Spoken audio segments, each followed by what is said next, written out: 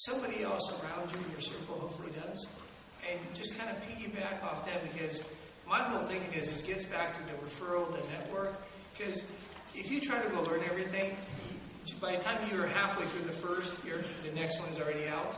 So it's just easier and faster to network with people that are in your circle already using a platform, whatever it is that you're trying to do next, and see what they're doing, and see how you can do the shortcut. Great point, because, you know, another point about where's the ROI, back to that question, and both Tony and Wing talked about this.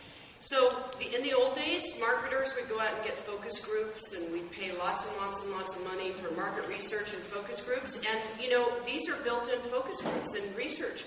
I mean, the way we developed the questions for this panel was through LinkedIn.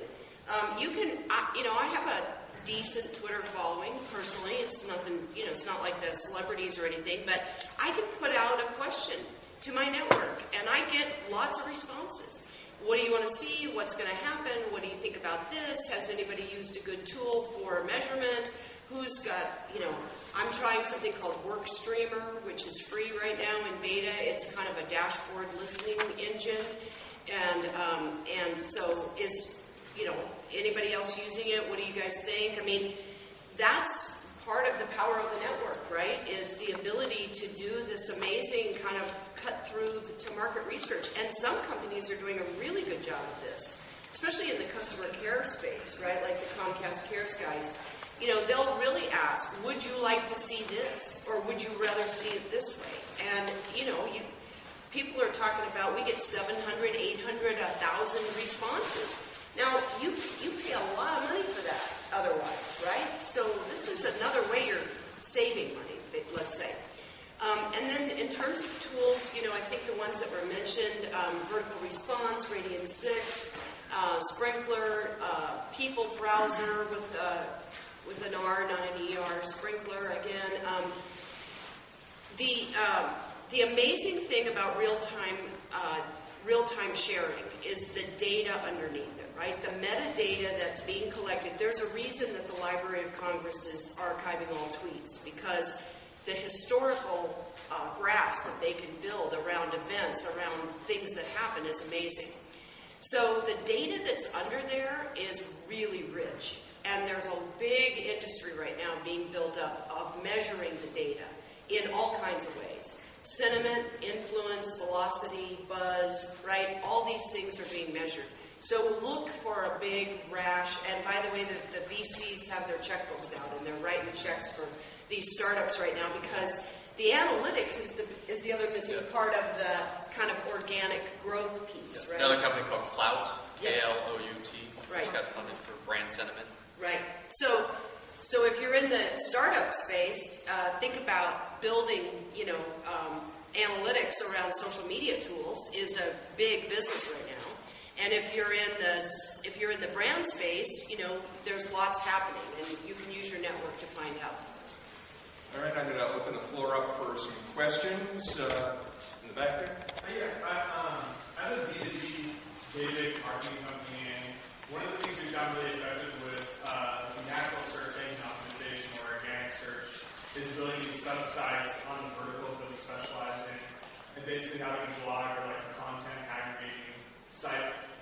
My question was, do you think it's best to have kind of one social network that basically takes all those sites to the main brand that we're trying to promote, the main social networks, or to build separate ones on each one of those verticals?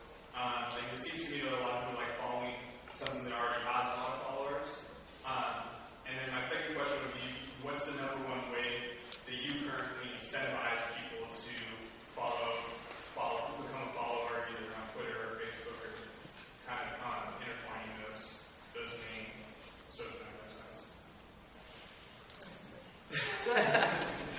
Okay, free consulting help.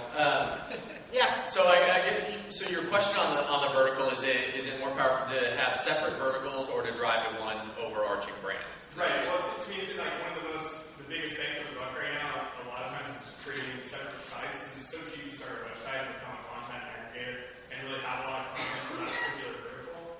I think we can apply to all these initiatives. It's really good. It seems like a lot of traffic can be gotten from using that strategy.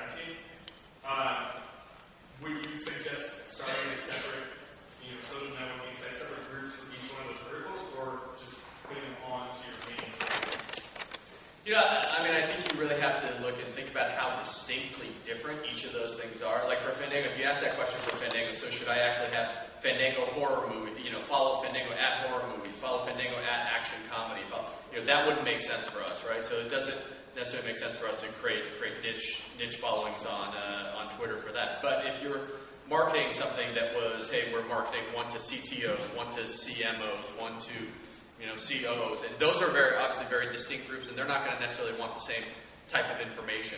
So that might make sense for you to do that. And I mean, I think the other thing is just check with your SEO agency. If you have somebody that's helping you on that, what actually gives you the most link juice, right? Because some of those things, I don't want to get technical about it, but I mean, if you're splitting link juice across like 5 different verticals, you may be decreasing, some of the parts it is not adding up to what could be just, hey, one big Uber brand about database management for this category, right? Because otherwise you could implement like a bunch of no-follows, so you're not diluting that stuff, but maybe that's not a great answer for what you're looking for, but it really could go either way.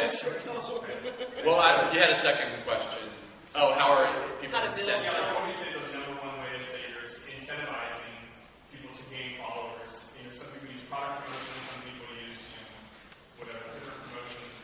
Yeah, I mean, right now, 2 things we're using. One is content. So, I mean, we have, 3 or 4 bloggers that blog about, the movie space, whether it's casting or what's new, what's hot, when something's coming out. So, I mean, that always generates a lot of interest and gets retweeted and forwarded to a lot of people. The other thing is, we'll partner with studios. They'll either give us exclusive content or we'll try to do things promotional. Like, we partnered with Hot Topic and gave away something to Hollywood and Highland where they actually had a bunch of the cast of New Moon come and then they had put on a concert. So that was super hot and difficult to get to. So we partnered with them and said, hey, can you give us 10 wristbands? And so we put that out to our audience, and then obviously that gets put out into the New Moonosphere or the Twilightosphere, whatever you want to call that. And that is a crazy, scary world. So a lot of this, when we talk about social media, it really comes down to strategy.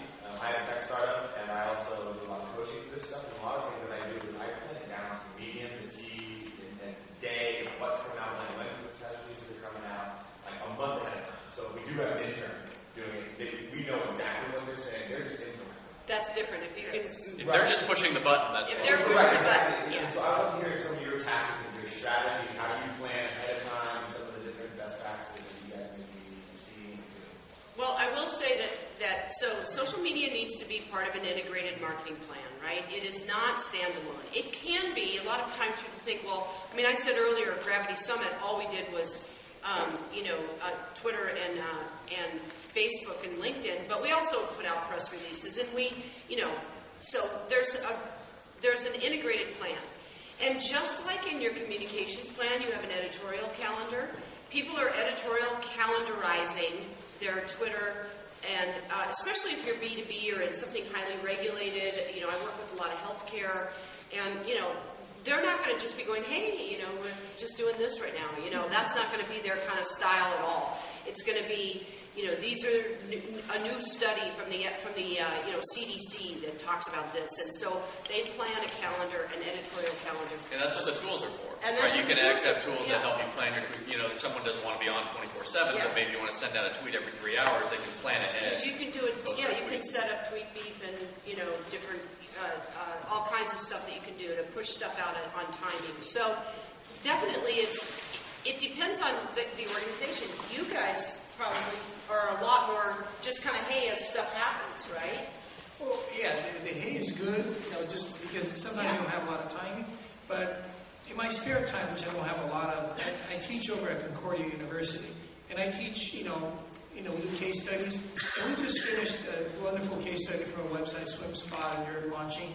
And one of my students, who happens to be the first kid who's not even in graduate school to be allowed into the MBA school, he just got a job out of it. Because all he does is search engine optimization. He's really on top of everything.